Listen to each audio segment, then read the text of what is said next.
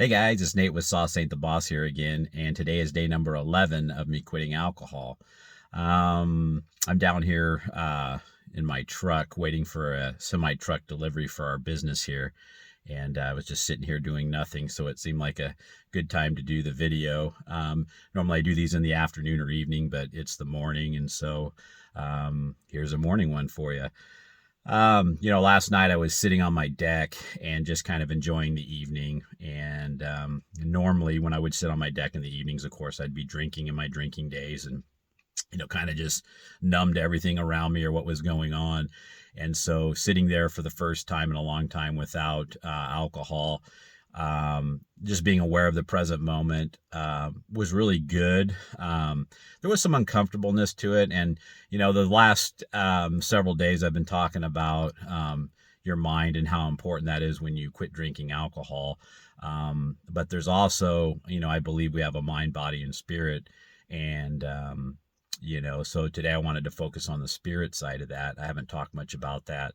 So after you flip that switch in your brain that alcohol is no good for you, um, then you're left there with your feelings and who you are inside. And when you drink for 20 years like I have, who are you? When you're not a drinker anymore. And so as you sit there, and it's good to do that. Sit quietly, go outside where it's peaceful and just kind of let your feelings feel. We've been blocking them so long with alcohol. It's good to feel again, if you know what I mean. And even if those feelings are sadness or anger or frustration, maybe it will help you get to the bottom of why you were drinking in the first place. What are you running from?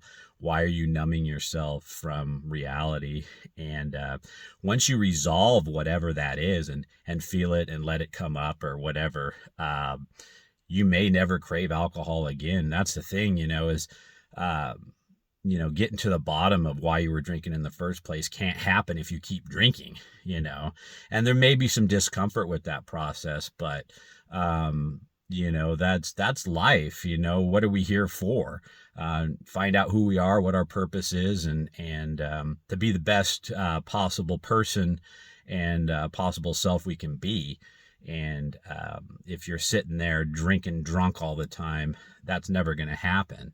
And so, as uncomfortable as this process is sometimes, look at it with excitement and just joy because it's a new life. What were you going to do if you kept drinking every single day? It's the same life over and over again, nothing new. Now you have something completely different and new to experience in life that you haven't ever done before. And that's exciting, really, to be honest with you. And as I sat there on the deck, eventually I was feeling a little bit just sad because I normally don't just sit, quietly. I'm always doing something, or when I wasn't, of course, back in my old days, I was drinking. So felt a little uncomfortable sadness, and then it passed, and then I became present in the moment and was just aware of where I was and everything. Felt really calm and good. And, it's going to be an emotional roller coaster ride when you quit drinking.